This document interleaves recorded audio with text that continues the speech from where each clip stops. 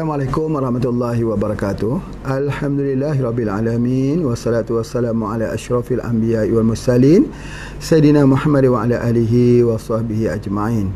Alhamdulillah, hari ini bersama lagi dengan Pak Haji. Di petang-petangan ini kita belajar menyemak tentang pengobatan herba dalam perawatan pelbagai penyakit. Alhamdulillah, semalam kita telah belajar tentang bagaimana medan elektromagnetik, ya, bagaimana ianya bila terganggu akan mengakibatkan gangguan-gangguan kesihatan.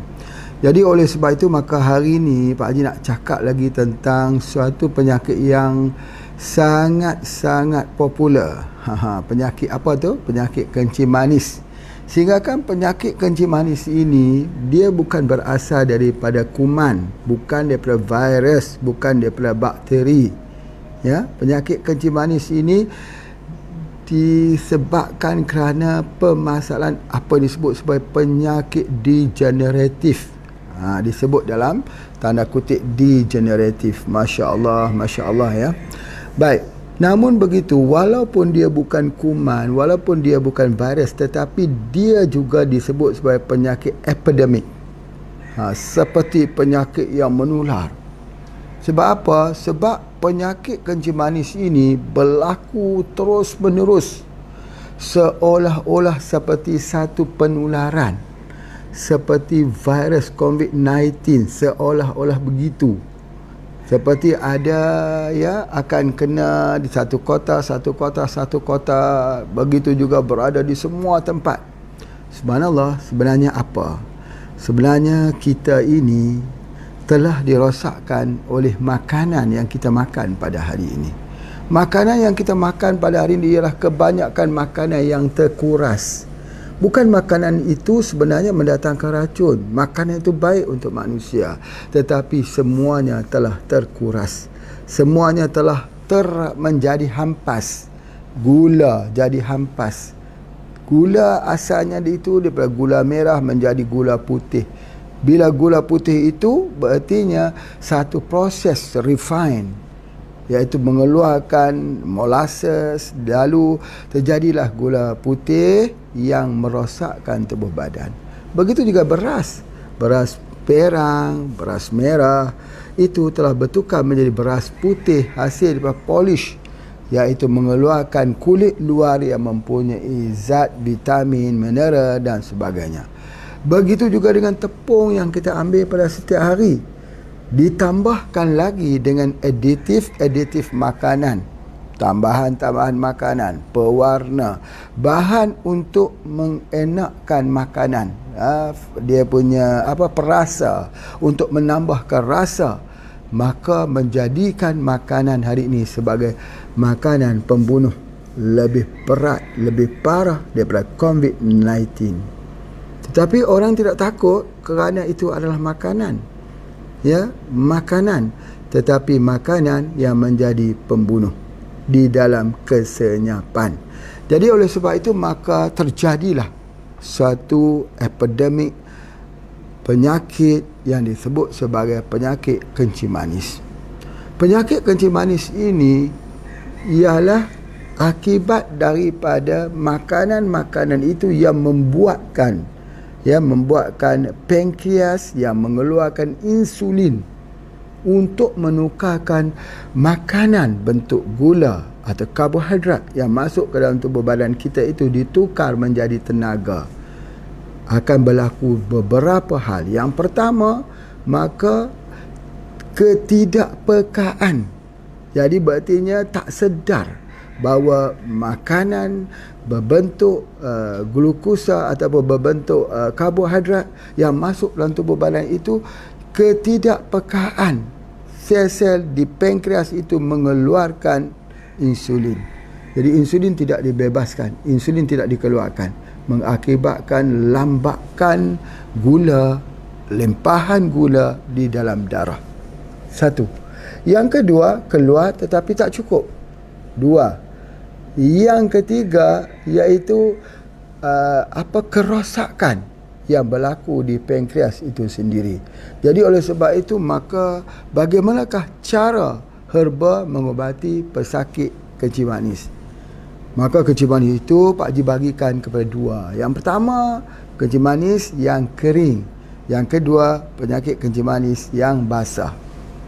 Penyakit kencing manis yang basah iaitu apabila luka lambat sembuh. Luka lambat sembuh yang menyebabkan berlakunya gangren. Dan gangren ini akan menyebabkan jangkitan kuman di situ, akan akhirnya kaki itu terpaksa diamputasi atau dipotong. Kalau tidak, kuman itu dibiarkan.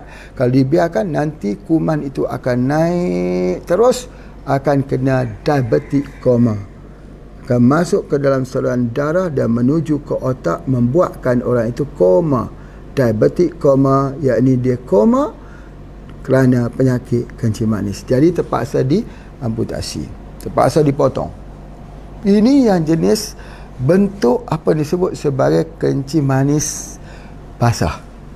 Adapun satu lagi, kencing manis dalam bentuk yang kering. Orang ini kalau luka saja tidak mempunyai permasalahan, lukanya itu akan cepat sembuh. Malah dia tidak mempunyai, tetapi dia efek kepada tubuh badannya pula akan menjadi semakin kurus, semakin kurus, semakin kurus. Ini akan menyebabkan satu sisi yang lain. Ini akan menyebabkan satu sisi yang lain. Jadi oleh sebab itu, maka orang yang ada masalah kencing manis yang kering ini, dia akan banyak melibatkan saraf. Antara sarafnya ialah dia akan pergi kepada bahagian mata, retina, retinopati. Jadi di mana saraf, di mana gangguan saraf itu akan menyebabkan matanya tidak dapat melihat. Lama kelamaan, sebelah kiri atau sebelah kanan atau hilang kedua-duanya. Saraf di bahagian kakinya sakit, panas seperti dilayur api di malam hari, seperti ditusuk jarum berterusan. Ini menyebabkan susah tidur pada waktu malam, mengakibatkan juga menyebabkan tekanan ataupun stres yang tinggi. Jadi oleh sebab itu, orang yang mempunyai masalah daripada masa kencing manis yang kering ini mempunyai masalah saraf yang tinggi lebih daripada orang yang ada masalah kencing manis yang basah. Kencing manis yang basah ni luka saja. Dan bagi mereka yang ada masalah kencing manis kering ini, dia akan berlaku masalah hipotensi.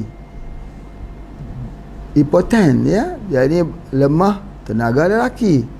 Adapun bagi mereka yang mempunyai masalah kencing manis yang basah, dia tidak banyak menghadapi masalah hipotensi. Jadi oleh sebab itu, maka ada perbezaannya. Jadi oleh sebab itu, maka di sini ada kaedah terapi yang nak kita gunakan di dalam rawatan yang basah dengan yang kering. Bagi pengobatan herba di HPA, Pak Haji akan memberikan dua cara pengobatan. Pengobatan untuk yang kering dan pengobatan untuk yang basah. Jika pengobatan yang basah itu, yang pertama ialah dengan memperbaiki hormon yang ada dalam tubuh badannya, iaitu dengan kita memberikan dia kita berikan dia dengan human growth hormone. Pak Haji ulangi sekali lagi bahawa cara pembahagiannya ialah dengan satu penyakit kencing manis yang basah, satu penyakit kencing manis yang kering. Baik, sekarang ni Pak Haji nak selesaikan dulu penyakit kencing manis yang jenis basah. Jadi kita menggunakan, dipanggil IGF. Untuk yang basah ni, apa itu IGF? IGF ialah insulin growth factor yang diambil daripada hati. Bagaimana kita nak keluarkan IGF ini? Nak keluarkan IGF ini, kita kena keluar dengan menggunakan human growth hormone, HGH. Itu dia punya cara bagaimana merawat sesuatu yang basah. Apabila kita menggunakan SGH, ya, kita gunakan SGH, kita spray di lidah, di bawah lidah, satu hari 5 kali, dan kita boleh ambil juga spray dalam air minuman, ya, kita ambil air minuman itu, insya-Allah pada ketika tersebut dengan otomatisnya luka yang sedang luka di kaki itu akan pertama sekali akan hilang baunya. Selalunya kalau luka ada bau, tidak ada ubat untuk nak bagi hilangkan bau, akan hilang bau. Sesudah dia hilang bau itu, dengan sendiri luka itu menutup.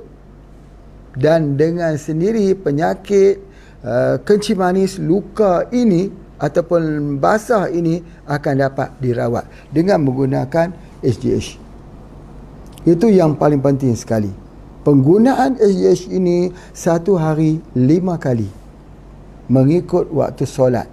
Berapa kali kita spray? 7 kali spray bagi orang yang ada masalah kencing manis yang basah. Sebab apa? Sebab kalau kita, dan boleh juga kita spray di tempat yang luka. Bila kita spray saja di tempat yang basah, tempat yang luka, tempat itu akan mematikan kuman, mematikan bakteria, dan dia tidak akan bau. Apa buktinya? Dia tidak akan bau. Jadi indikatornya, apa dia ukuran kesembuhannya? Apabila kita melihat tempat luka tersebut tidak ada bau lagi. Sehari ke sehari dia menutup, sehari ke sehari dia tutup, dan diikuti dengan bacaan gulanya yang semakin turun. Bapa, ibu, tuan-puan sekalian, apakah dia persamaan dengan ubatan kimia yang ada? Dia sama dengan ubatan kimia seperti kita menggunakan insulin. Insulin kalau kita gunakan, insulin itu memang orang yang guna insulin gulanya terkawal. Gulanya terkawal. Tetapi kesan samping menggunakan insulin itu ada kesan sampingnya. Kita boleh guna satu hari 2 kali, 3 kali ataupun 4 kali insulin. Ya. Namun begitu, apabila kita menggunakan insulin, kita kena guna injection. Satu. Yang kedua, ada kesan samping. Yang ketiga, insulin itu datang daripada sumber. Sama ada lembu, pankreas lembu, atau ambil daripada pankreas babi. Baik, subhanallah, di sinilah Pak Haji nak sampaikan kepada kita hari ini bahawa bagaimana masalah yang terikat mati, yang disebut orang kita terpaksa guna insulin itu kerana itu adalah masalah daruriyat, masalah nyawa, mesti jaga, walaupun yang haram, walaupun daripada lembu itu lembu yang tak disembelih, walaupun lembu tak disebut nama Allah ketika sembelihannya, walaupun babi ambil daripada pankreas babi, tapi terpaksa guna sebab daruriyat, nyawa. Hukum fikih mengatakan begitu. Baik, sebab itu ketika membahaskan tentang hal ini, Pak Haji setuju. Tetapi kalau kita sudah menerimanya seumur hidup kita dengan seolah-olah mengatakan bahawa tidak ada pengganti insulin yang boleh menggantikan insulin, maka di sinilah perubatan kita ingin memberikan satu solusi insulin alami tanpa guna haiwan, iaitu menggunakan SGH. Ini adalah insulin alami. Maka kita spray hanya di bawah, semprot di bawah lidah saja satu hari 5 kali. Ya, dengan tak teruk, tak perlu injection, dengan kita spray 7 kali spray di bawah lidah. Kemudian kalau ada tempat luka, kita spraykan di tempat luka tersebut. Insya-Allah gula akan stabil. Malah apa yang Pak Haji nak sebutkan di situ, kita akan dapat lihat lukanya akan tertutup, hilang bau busuk dan back to normal hanya dengan SGH saja.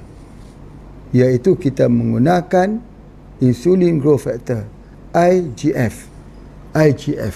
Jadi oleh sebab itu, maka di dalam penyakit kencing manis yang pertama yang jenis basah ini, jangan lagi kita mengatakan bahawa kita terpaksa menggunakan insulin. Jangan lagi kita sebut begitu. Ucapan itu ucapan putus asa dan tidak mau memberi ruang kepada pengobatan halal menggantikan pengobatan yang haram. Itu adalah antaranya. Jadi oleh sebab itu, insya-Allah di sini Pak Haji boleh menyampaikan kuliah, bapa ibu mendengarnya. Tetapi kebenaran kuliah Pak Haji ini nanti di lapangan ketika orang sakit itu mencuba. Benar atau tidak? Benar atau tidak? Begitu juga dengan orang yang menggunakan ubat-ubat pencair darah. Ubat-ubat pencair darah ini untuk turunkan kolesterol, untuk elakkan strok, untuk ubat strok, itu juga diambil daripada sumber daripada haiwan yang haram. Jadi oleh sebab itu, ubat pencair darah yang diambil daripada hati ataupun diambil daripada sumber babi itu, kita tinggalkan. Di mana ubat pencair darah kita? Inilah ubat pencair darahnya. Jadi dia bertindak sebagai insulin, dia juga bertindak sebagai ubat pencair darah. Jadi tak perlu kita gunakan ubat pencair darah yang haram. Warfarin misalnya, mereka ambil daripada hati babi. Kenapa kita harus ambil situ? Ketika obat-obat itu dibuat di negara-negara barat, ya, mengambil barat, mereka mengambil daripada sumber yang banyak. Kerana industri apa, peternakan yang paling banyak? Babi. Heparin mereka ambil daripada sumber hepar babi dia ambil. Untuk apa? Kerana barat mencipta pengobatan tanpa sempadan. Kita mencipta pengobatan berbingkaikan Al-Quran dan Sunnah Nabi SAW.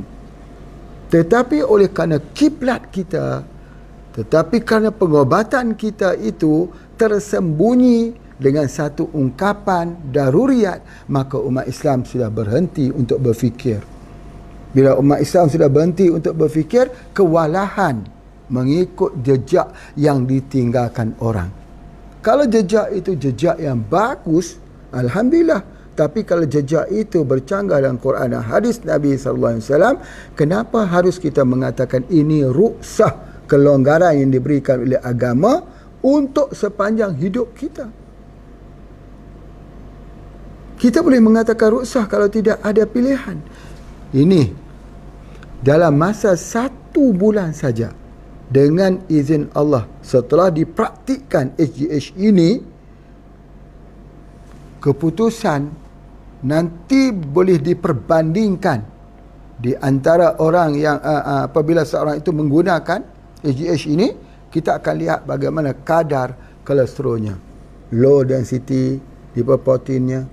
Kita tengok dia akan back to normal. Sila datang ke tempat Pak Haji tunjuk laporan-laporan klinikal, laporan-laporan lab. Sebab ini mudah. Dia tak seperti yang lain. Dia sangat mudah. Seorang pasien yang ada kolesterol tinggi pergi buat test lab, dapatkan bacaannya itu, kemudian ambilnya rutin selama 1 bulan, test semula, kita akan keluar nanti reportnya. Bismillah, sila saksikan benar atau tidak bahawa likulli da'in dawa, setiap penyakit ada ubat, dan Allah tidak ciptakan ubat itu daripada sumber yang haram. Benar atau tidak? Pak Haji cuma menjadi saksi hidup, menjadi saksi hidup dalam sebuah pembuktian ketinggian pengobatan Nabi SAW. Terserah kalau orang itu masih lagi nak menggunakan ubat-ubat pencair darah yang menggunakan daripada sumber yang haram, insulin daripada sumber yang haram, bismillah, silakan. Atas nama daruriyat, silakan. Atas nama daripada fahaman fikih kita yang mengizinkan, silakan. Ruksah, kelonggaran, silakan. Cuma yang Pak Haji nak sebutkan di sini, kalau mereka yang mencari produk-produk yang halal, yang tidak mau mencemari dalam urat darah, daging, isi yang ada dalam tubuh badannya itu dengan sesuatu yang haram, bismillah, mari bersama dengan Pak Haji kita gunakan SGH untuk pesakit kencing manis yang apa yang basah dan juga bagi mereka yang tinggi kolesterol. Ini yang pertama. Baik. Yang ketiga. Yang ketiganya, orang yang ada masalah kencing manis. Cuba kita perhatikan. Kencing manis juga menyebabkan berlakunya penyakit 3-4 serangkai. Penyakit apa tu? Darah tinggi. Kemudian ada jantung. Kemudian penyakit ginjal. Akan berlaku 4 ini. Ya, apabila orang tu ada kencing manis, maka dia akan lihat ginjalnya itu dah mula mempunyai masalah. Apa masalah yang pertama? Ginjal itu berbuih. Ginjal berbuih. Kalau dia sudah mengambil ini satu hari 5 kali, dia ambil 7 kali semprot, ginjalnya sudah tidak berbuih lagi. Yang kedua, air kencing, daripada air kencing orang yang bermasalah ginjal itu warna hitam. Dia tak boleh filter. Bila kita gunakan ni, dia jernih balik. Dia filternya bagus. Kalau kamar mandi kita penuh dengan semut, selepas ini sudah tak ada semut lagi. Jadi kalau begitu, maka dia terlibat, penyakit kencing manis ini terlibat juga dengan ginjal. Jadi hari ini masalah ginjal hemodialisis yang menjadi kerosakan ginjal itu sebab apa? Sebab ginjal sudah tak kuat untuk nak berproses. Jadi kita gunakan HGH ini, human growth hormone ini. Jadi begitu juga dengan orang yang ada darah tinggi, darah kental, kerana ada pencahayanya. Begitu juga orang yang ada masalah sakit jantung. Jadi keempat ini dirawat. Penyakit DM, penyakit DM yang basah, penyakit jantung, penyakit ginjal dan penyakit darah tinggi dirawat menggunakan HGH. Masya Allah, Masya Allah. Ini sangat-sangat berkesan. Dan dia tidak ada rasa, dia tidak ada bau, dan dia hanyalah seperti air kosong saja. Dia tak rasa apa-apa pun. Kita ambil. Tetapi memberikan kesan yang sangat baik.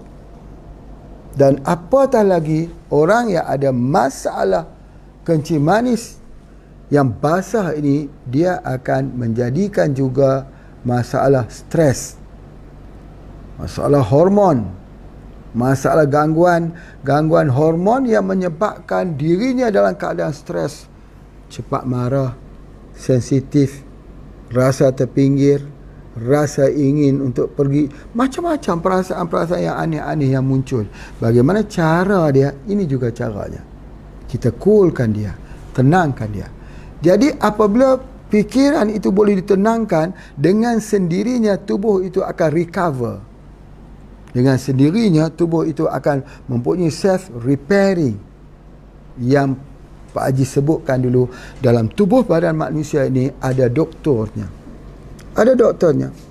Doktor ini boleh bekerja apabila dalam keadaan tidak stres, dalam keadaan dia relax. Bagaimana dia nak relax? Dia perlu kepada human growth hormone.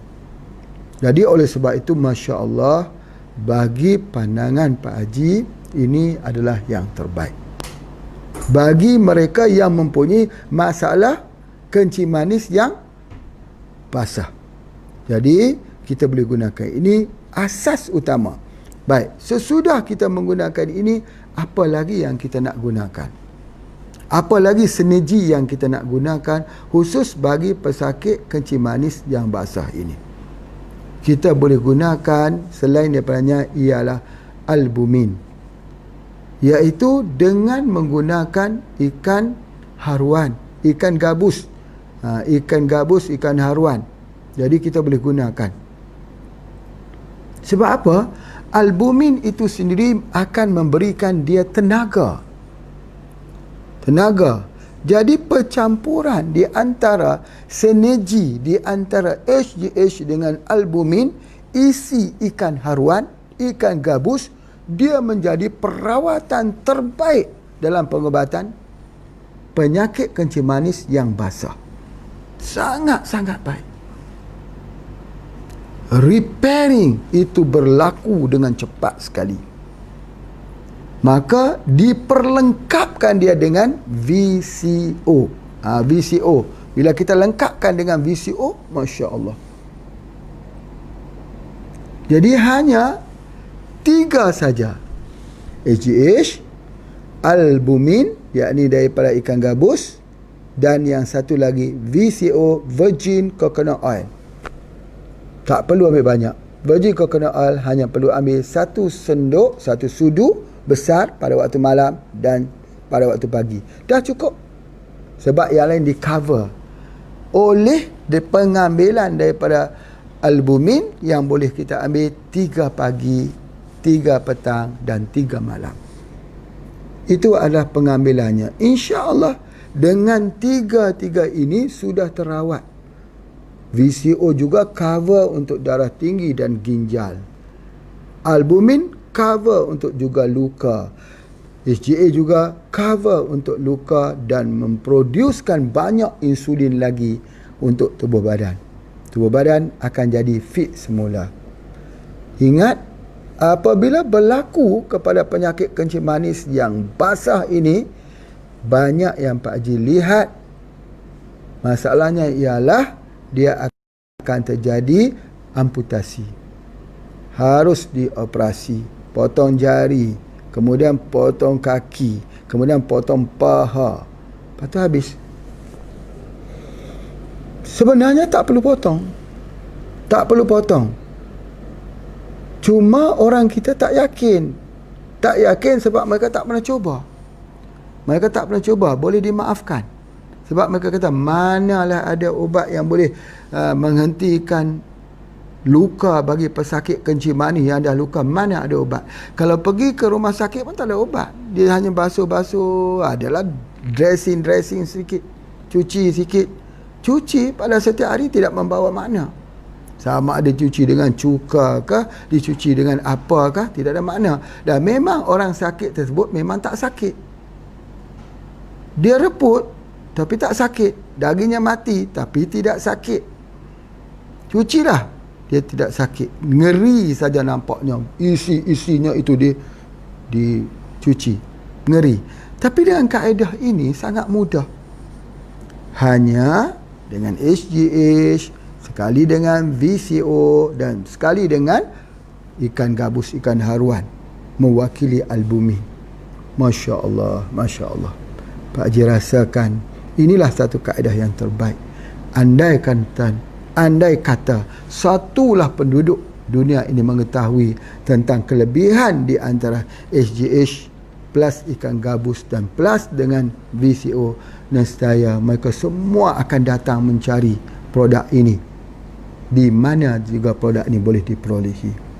Jadi Pak Haji harap sungguh-sungguh bahawa mereka yang bersama-sama dengan perubatan ini dapat menceritakan, memviralkan kepada semua mereka yang mempunyai masalah ini. Apalah ada dengan sedikit kosnya, ya, sedikit perbelanjaannya yang tak mahal, dapat merawat keseluruhan daripada penyakit yang berbahaya ini. InsyaAllah kita sambung lagi sebentar lagi. Terima kasih. Jika di kampung-kampung, buah ini sering ditanam dan dibiarkan saja bergelimpangan membusuk di tanah begitu sahaja. Mengkudu, Morinda. Dapatkan kapsul mengkudu keluaran HPA International. Alhamdulillah, kita sambung bahagian yang kedua tentang kencing manis yang kering. Tadi kita belajar tentang kencing manis yang basah. Sekarang kita belajar kencing manis yang kering. Baik, kencing manis yang kering ini dia tidak luka. Kalau luka cepat sembuh. Tetapi dia mempunyai permasalahan yang lain, iaitu banyak gangguan saraf yang serius. Antaranya seperti hipertensi, berlaku masalah kepada orang lelaki. Yang keduanya, dia akan jadi makin kurus dan tidak bertenaga. Lututnya akan jadi lemah dan ianya akan mengakibatkan apa yang disebut sebagai masalah stroke, masalah yang menyebabkan letih, lemah, lesu, loyo dan sebagainya. Itu di antaranya. Jadi oleh sebab itu, maka bagaimana perawatan di dalam perubatan yang Pak Haji selalu bagikan? Yang pertama sekali, kita perlu dapatkan iaitu apa yang disebut sebagai beta sitosterol dan stigmasterol. Beta sitosterol dan stigmasterol, dua bahan ini penting. Ya, dua bahan ini penting.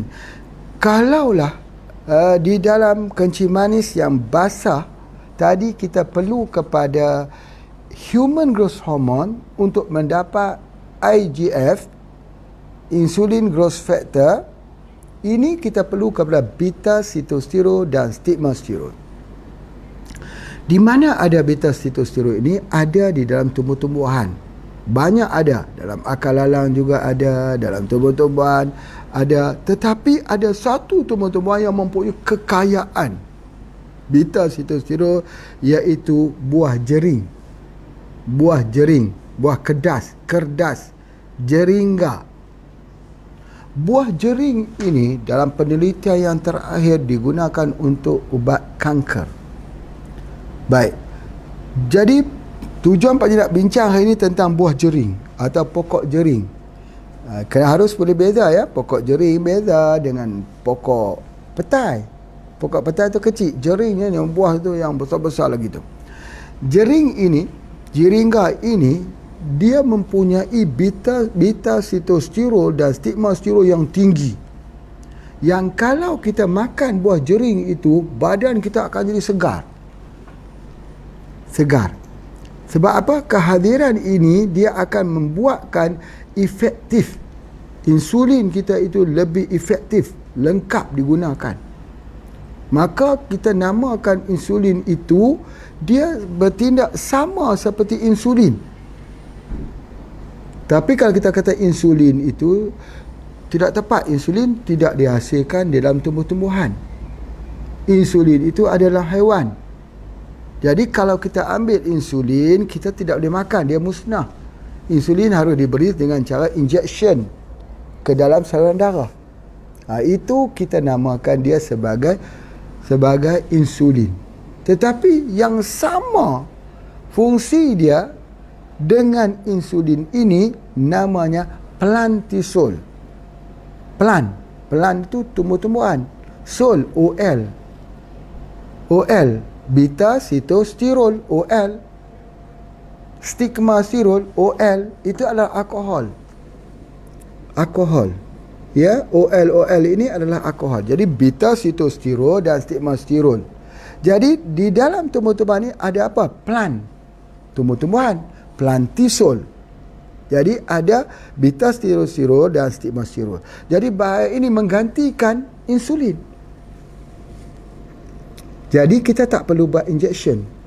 Cukup dengan hanya makan ini bagi penderita penyakit DM yang kering, bukan yang basah, iaitu namanya plantisol. Baik, kekuatan plantisol ini sama dengan sekali injection, dia perlu kepada 3 kapsul. Jadi minima satu hari dia perlu menggunakan 3 kali injection, iaitu perlu menggunakan 3 kali kita perlu mengambil herba tersebut. Berapa yang kita harus ambil? Iaitu 3.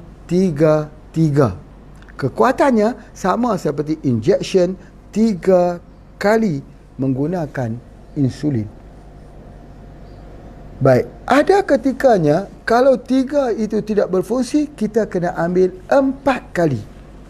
Insulin pun begitu juga. Ada orang ambil insulin sehari sekali, kalau bacaan gulanya tak tinggi. Kalau bacaannya gula tinggi, ada yang ambil 1 hari 4 kali. Begitu juga dengan plantisol. Sebab plantisol ini dia berfungsi sama seperti insulin, pengganti kepada insulin, iaitu plantisol, iaitu beta sitosterol dan stigmasterol.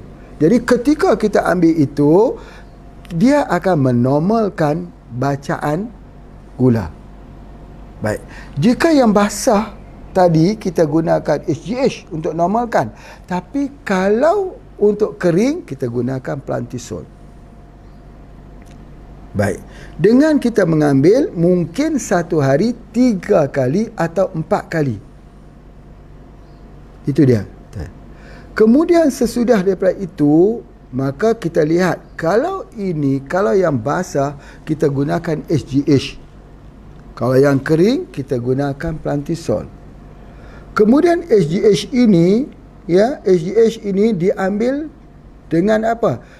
Dengan albumin. Bagi yang luka. Kalau ini kita tak ambil, kalau yang kering kita tak ambil dengan albumin. Dia saraf, gangguan saraf, kena banyak menggunakan habbatus sauda. Habbatus sauda. Sebab Pak Haji dah terangkan pada awal tadi bahawa mereka yang kering ini, dia akan pergi ke mata, ke retina. Dia akan pergi banyak menyerang di saraf kaki, sakit, panas, tercucuk-cucuk dan sebagainya, seperti cucuk di jarum, tak boleh tidur tu malam. Maka inilah ubatnya. Kalau kita pergi ke apotek, ke hospital, doktor mencadangkan penggunaan vitamin B12. B12. Dalam herba, habbatus sauda mengandungi vitamin B12.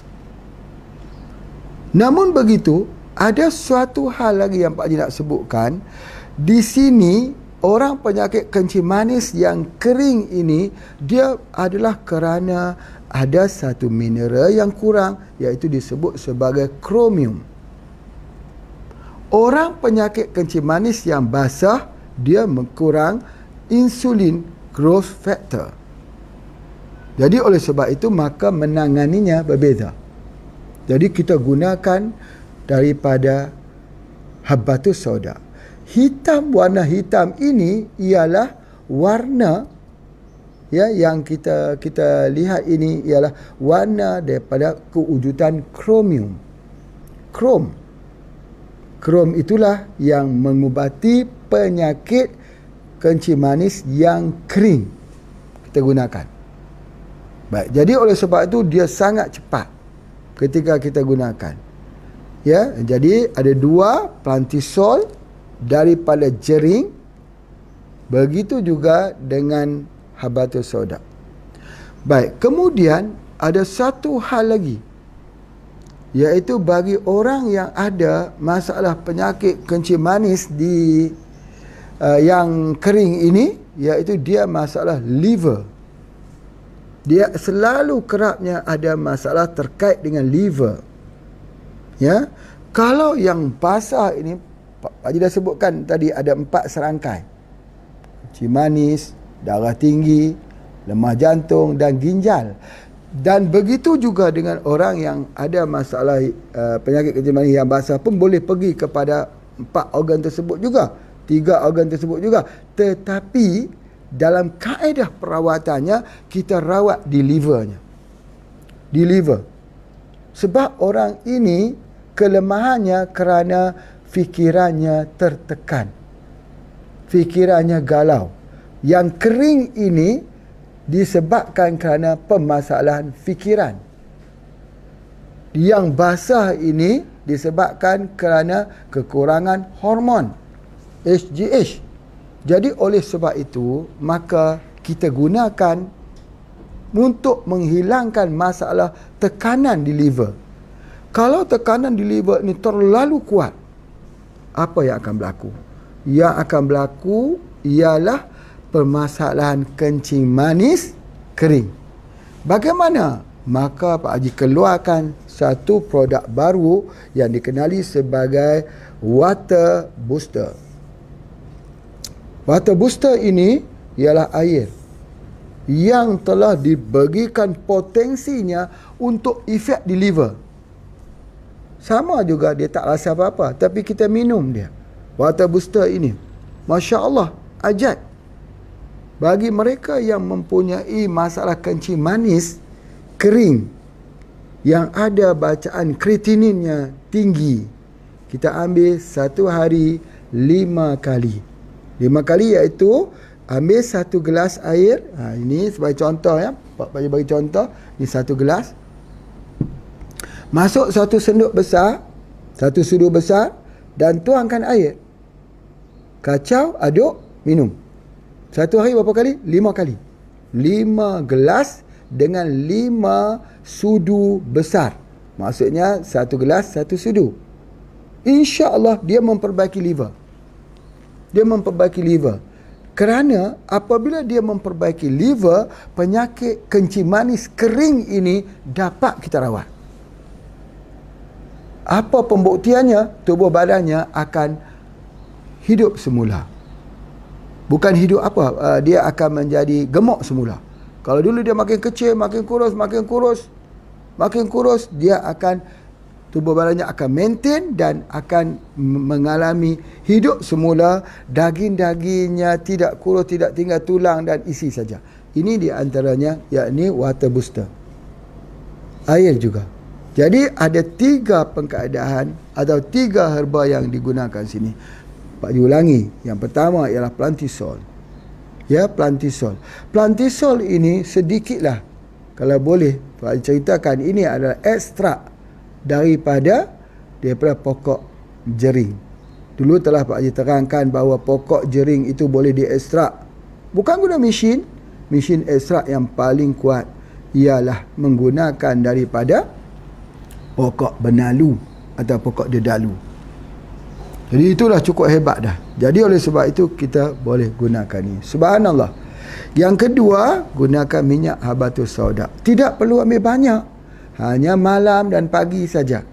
Begitu juga dengan kita gunakan VCO dalam penyakit kencing manis yang basah, malam dan pagi saja. Habatus sauda pun malam dan pagi saja. 1 sudu besar malam sebelum tidur. Dan pada waktu pagi juga ambil 1 sudu besar. Dah cukup. Kemudian diikuti dengan water booster. Jadi kita ambil ini untuk 5 gelas. Jadi inilah metodologi pengobatan yang kita berikan untuk pesakit-pesakit kencing manis. Adapun kalau penyakit-penyakit itu berlaku komplikasi, dah ada jantungnya masalah, dah ada buah pinggangnya masalah, dah ada darah tingginya bermasalah, stroke lagi antaranya. Jadi itu Masya Allah kita boleh gunakan daripada satu tambahan, iaitu minuman botani pegaga. Minuman botani pegaga. Bapak Ibu sekalian, orang yang sudah hemodialisis, dia sudah tidak menghadapi masalah kencing manis lagi. Sebab darahnya telah dicuci. Begitu juga dengan apabila sudah ada masalah di ginjal, mesti ingat, cuci ginjal itu mesti penting. Tak perlu hemodialisis pegaga saja untuk cuci ginjal.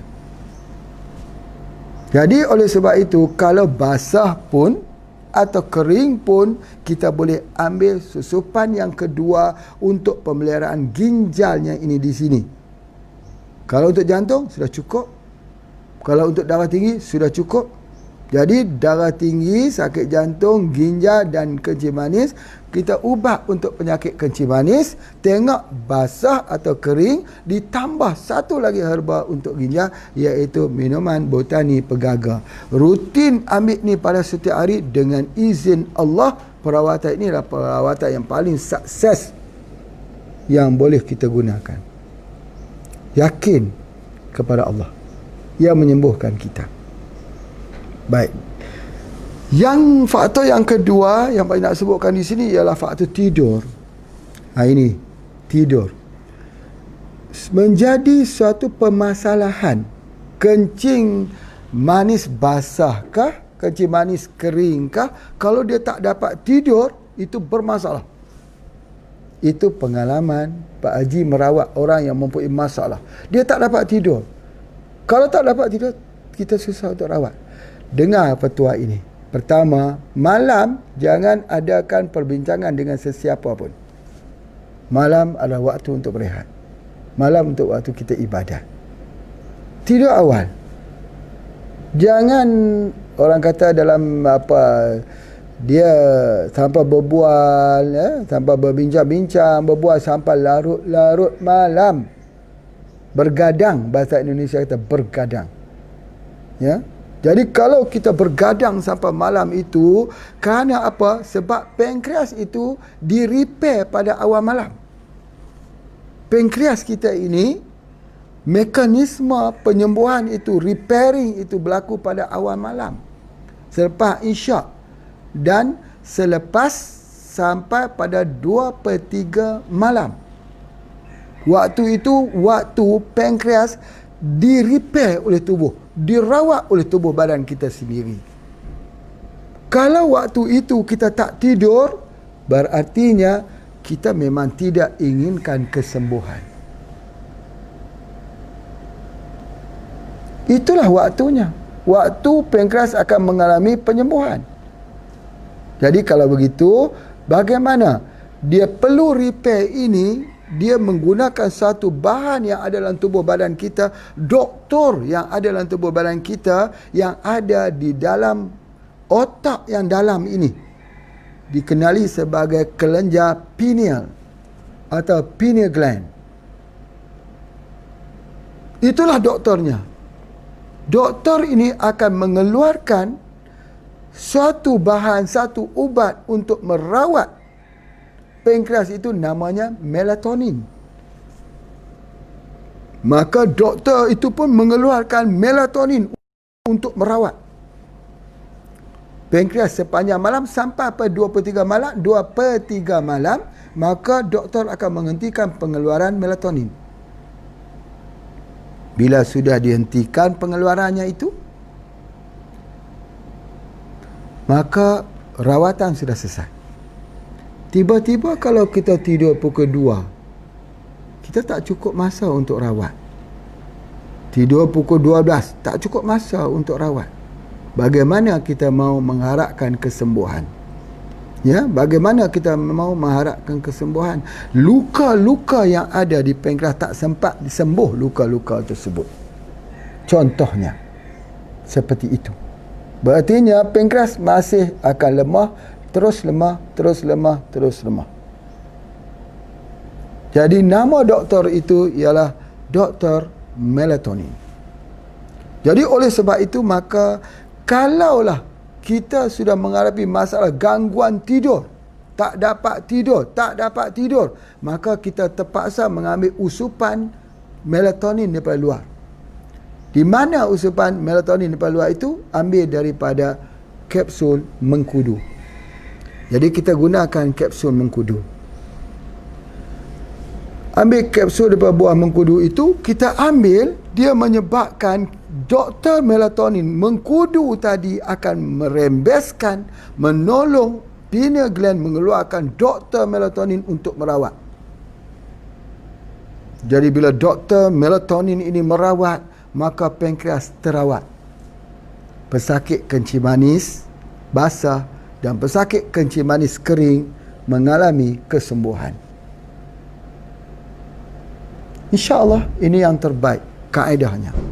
Kita memahami tentang diri kita sendiri, dalam tubuh badan itu mempunyai seorang doktor yang sangat-sangat spesialis, mempunyai keahlian untuk perawatan pankreas. Tetapi doktor ini tak boleh bekerja sebab kita tak tidur. Tak tidur. Semalam Pak Haji dah sampaikan, tak mungkin satu mobil yang bergerak, satu kenderaan yang bergerak bisa untuk dibaiki enjinnya. Kena berhenti. Boleh tak orang kata, okey, kita memperbaiki enjin pesawat kapal terbang di udara, tengah dia sedang berjalan, kita bisa untuk memperbaikinya. Mana ada. Dia harus turun mendarat di bumi, dirawat di bumi. Begitulah juga dengan tubuh badan kita.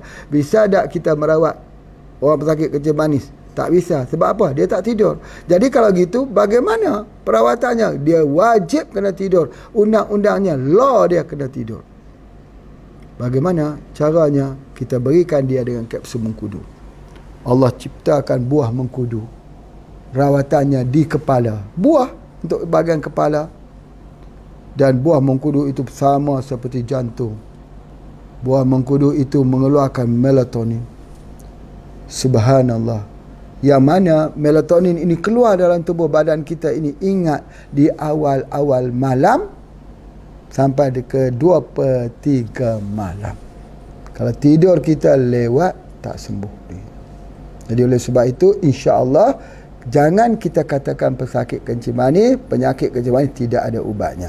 Yang tidak ada ubatnya ialah yang tidak mengetahui tentang kelebihan potensi yang ada dalam tubuh badan kita. Itu di antaranya. Baik. Sebab itulah Pak Haji nak sebutkan sekali lagi bahawa apabila kita tak dapat tidur, dia akan datang tekanan, fikiran. Tekanan itu akan membuatkan keadaan tubuh badan akan jadi semakin parah. HGH memperkuatkan tubuh menghadapi tekanan. Water booster juga menguatkan hati untuk menghadapi tekanan. Jadi oleh sebab itu, maka kedua-dua metodologi ini boleh digunakan untuk menguatkan tekanan.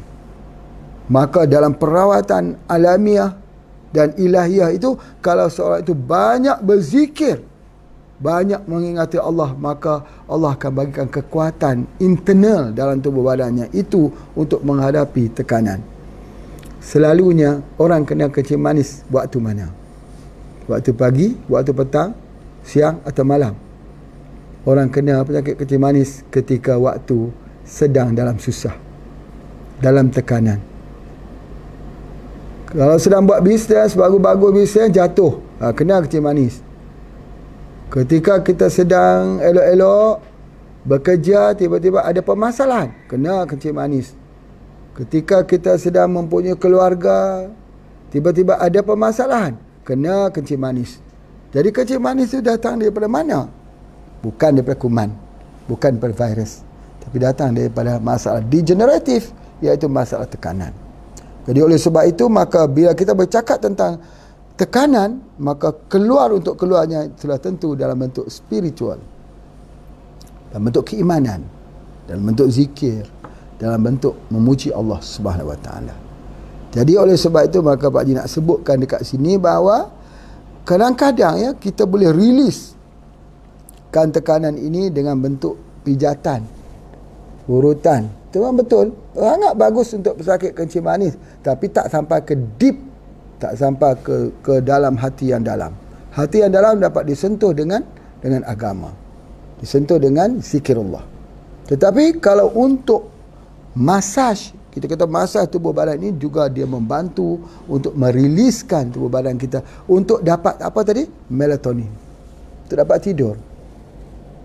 Jadi dapat tidur tadi boleh menggunakan mengkudu, boleh juga menggunakan secara masaj. Dan salah satu ialah bekam, al-hijamah. Al-hijamah itu mendatangkan ketenangan pada hati.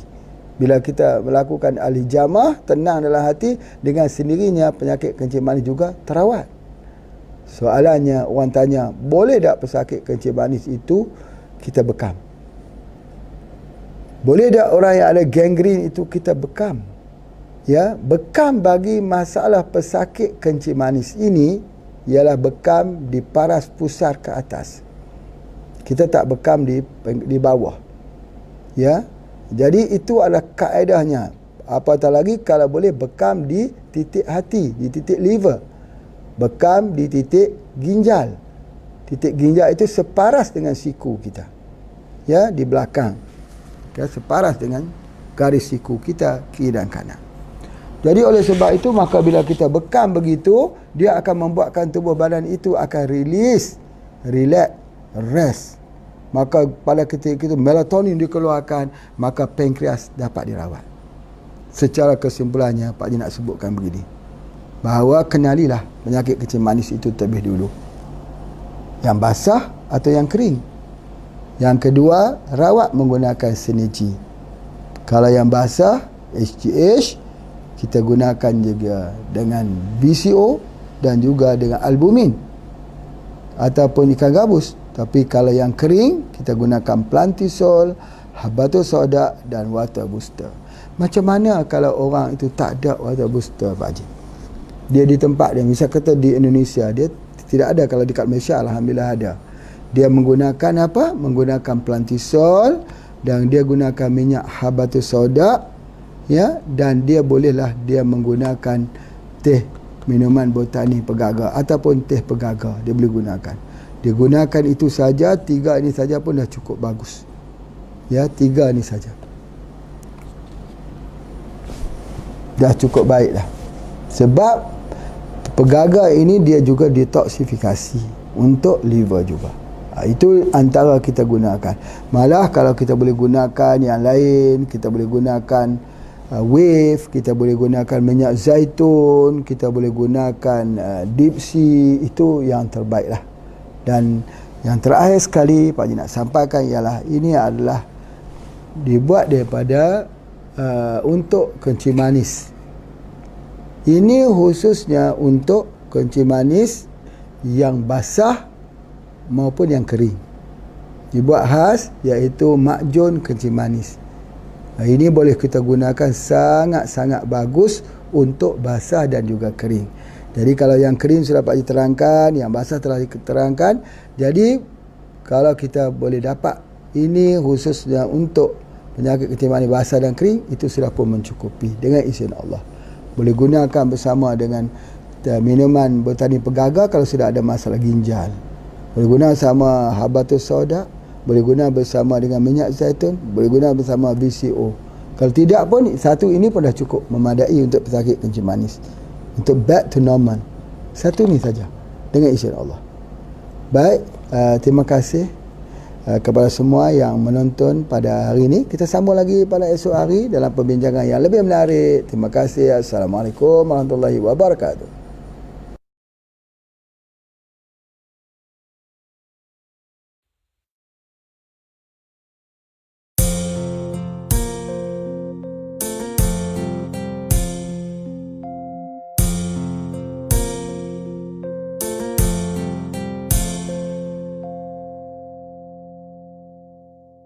Perjalanan ini masih jauh di tengah samudra luas,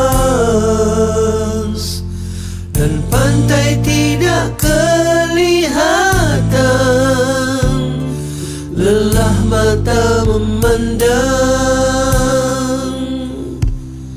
di bawah langit Ar-Rahman.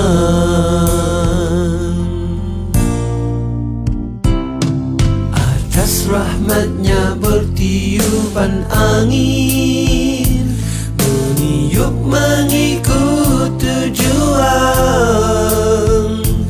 Bintang terang menjadi panduan, bersyukur padamu Tuhan.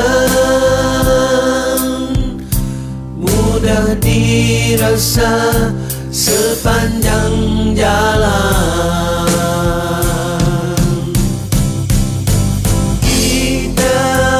Kita bersama, sama dengan satu cita.